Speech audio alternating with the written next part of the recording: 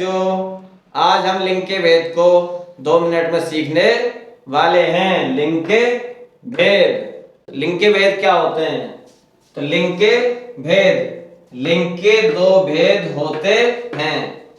तो 2 भेद कौन कौन से होते हैं? सबसे पहले पुल्लिंग और दूसरा भेद हुआ हमारा स्त्रीलिंग। तो पहले भेद के बारे में जानते हैं, पुल्लिंग।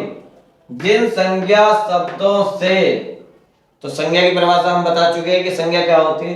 तो जिन संज्ञा शब्दों से पुरुष या नर जाति का बोध होता है, पुरुष यानी कि मेल, इंग्लिश में कहते हैं मेल, यानी कि जिन संज्ञा शब्दों से पुरुष यानी कि मेल या नर जाति का बोध होता है उन्हें पुल्लिंग कहते हैं। जैसे राम, राम क्या हमारा पुल्लिंग यानी कि मेल, श्याम यानी कि मेल, मटका यानी कि मेल।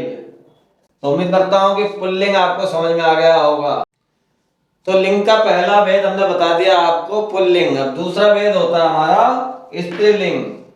जिन संज्ञा शब्दों से स्त्री यानी कि फीमेल या मादा जाति का बोध होता है उन्हें स्त्रीलिंग कहते हैं। जैसे सीता, पुल्लिंग में हमने क्या बताया? राम। स्त्रीलिंग में क्या आया? सीता, यानी कि राम, सीता। राम हमारे पुल्लिंग हो गए यानी कि मेल, और सीता हमारी क्या हो गई? स्त्रीलिंग। पुल्लिंग में हमने बताया था श्याम, और स्त्रीलिंग में हमने बताया है राधा, यानी कि श्याम हमारे पुल्लिंग है और राधा हमारी क्या है? स्त्रीलिंग है। बहन, बहन भी हमारी क्या है? स्त्रीलिंग है। जितनी कहते हमारी बहन जा रहा है, हम क्या कहते हैं? हमारी बहन जा रही है, तो यानी कि स्त्रीलिंग। सखी यानी कि सहेली, यानी कि दोस्त, फ्रेंड, तो हम कहते हैं मेरी सखी आई है, ये नहीं कहती मेरी सखी आ रहा है, तो इसलिए हमारी सखी भी क्या है? स्त्रीलिंग है। तो एक बार फिर से, जिन संज्ञा शब्दों से स्त्री या मादा जाति का बोध होता है उन्हें स्त्रीलिंग कहते हैं। जैसे सीता, राधा, बहन, सखी। और जब आप कोई फॉर्म भरते हैं उसमें भी आपको देखने को मिलता होगा, कॉलम आता है सेक्स, यानी कि मेल या फीमेल।